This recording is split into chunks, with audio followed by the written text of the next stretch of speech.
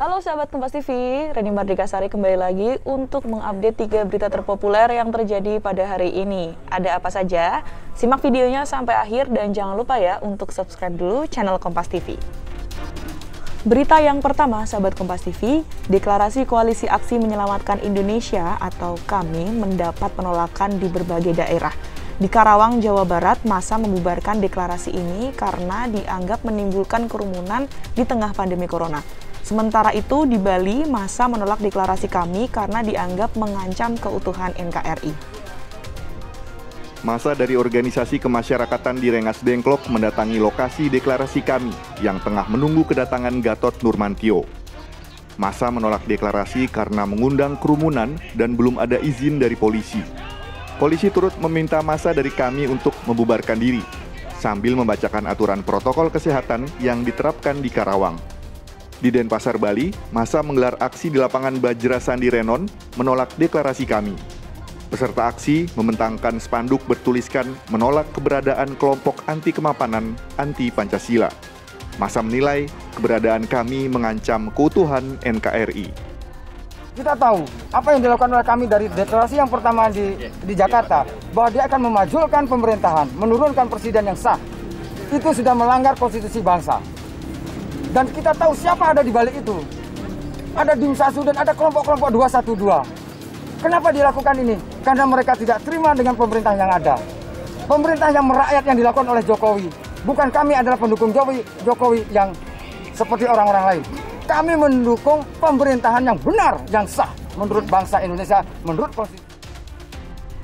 Berita selanjutnya, sahabat Kompas TV, pasca rentetan penembakan yang terjadi di Kabupaten Intan Jaya dalam 3 minggu terakhir, pemerintah setempat akhirnya menggelar pertemuan bersama TNI Polri dan tokoh masyarakat untuk membahas situasi Kamtipmas di Kabupaten Intan Jaya. Dalam pertemuan tersebut, Bupati Intan Jaya Natalis Tabuni menyebut konflik bersenjata di Kabupaten Intan Jaya memberikan dampak yang luar biasa karena aparatur sipil negara dan warga pendatang mulai takut melakukan aktivitas di sana. Hal tersebut pun berpengaruh pada perekonomian di Kabupaten Intan Jaya.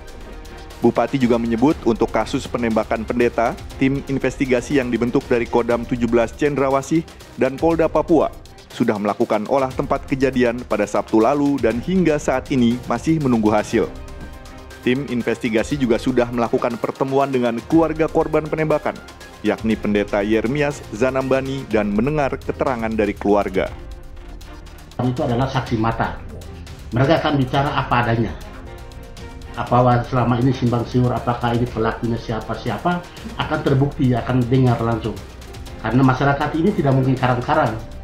Karena mereka yang alami, mereka yang lihat, mereka juga makamkan. Nah, saya pikir di situ adalah fair ada di situ. Nah, diharapkan bahwa nanti dari pertemuan ini juga memberikan gambaran informasi yang lebih akurat. Berita yang terakhir, sahabat Kompas TV, di kota Banjarbaru, Kalimantan Selatan, sebuah video yang merekam aksi seorang pengemudi mobil diduga mengacungkan senjata api viral di media sosial. Pengemudi mobil jenis minibus berwarna silver menghalangi mobil pickup sambil mengeluarkan benda diduga senjata api. Video berdurasi sekitar 30 detik ini diduga terjadi di ruas Jalan Ahmad Yani, Kota Banjarbaru. Dalam video, pengemudi terlihat mengancam pengemudi mobil lainnya sambil mengeluarkan benda, diduga senjata api. Menurut Kabid Humas Polda Kalimantan Selatan, pelaku yang mengacungkan pistol adalah anggota polisi. Pistol yang digunakan anggota polisi tersebut adalah jenis airsoft gun dan bukan senjata organik Polri. Kini, oknum polisi yang bersangkutan ditahan dan masih dalam pemeriksaan Propam Polda Kalimantan Selatan.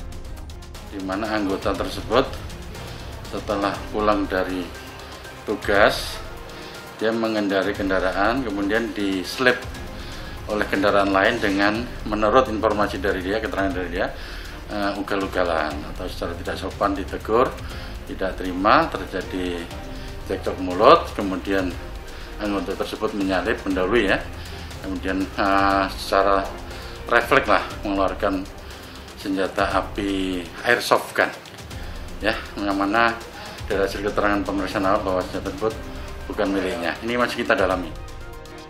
Nah, itu tadi 3 berita terpopuler yang terjadi pada hari ini. Jangan lupa untuk like, komen, dan share videonya. Dan jangan lupa lagi untuk subscribe dulu channel Kompas TV. Saya Rani Mardika Sari pamit, sampai jumpa.